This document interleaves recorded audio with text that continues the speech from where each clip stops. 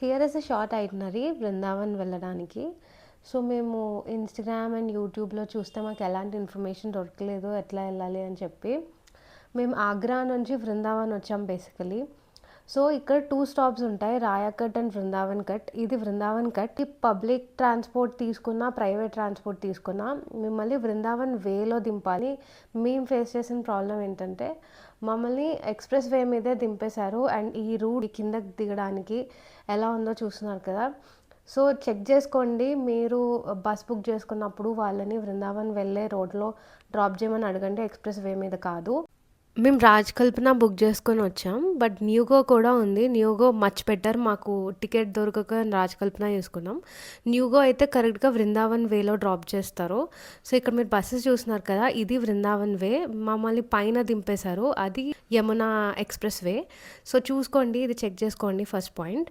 And ఇక్కడ నుంచి బృందావన్‌కి ఇంకా ఒక 45 మినిట్ జర్నీ ఉంటది. సో మనకి పబ్లిక్ ట్రాన్స్‌పోర్ట్ లైక్ బసెస్ లాంటివి ఏం లేవు. మాకు ఇక్కడ టుక్ టుక్ ఇలాంటివి అవైలబుల్‌గా ఉంటాయి. మీరు టుక్ టుక్ మాట్లాడుకొని ఇక్కడ నుంచి బృందావన్ ప్రేమ్ మందిర్ వరకు వెళ్ళొచ్చు. కానీ మొత్తం వే అంతా ఇట్లానే డెజర్టెడ్‌గా ఉంటుంది. కొంచెం పొలాలు వాటి వీటి మధ్యలోంచి వెళ్తా ఉంటాం.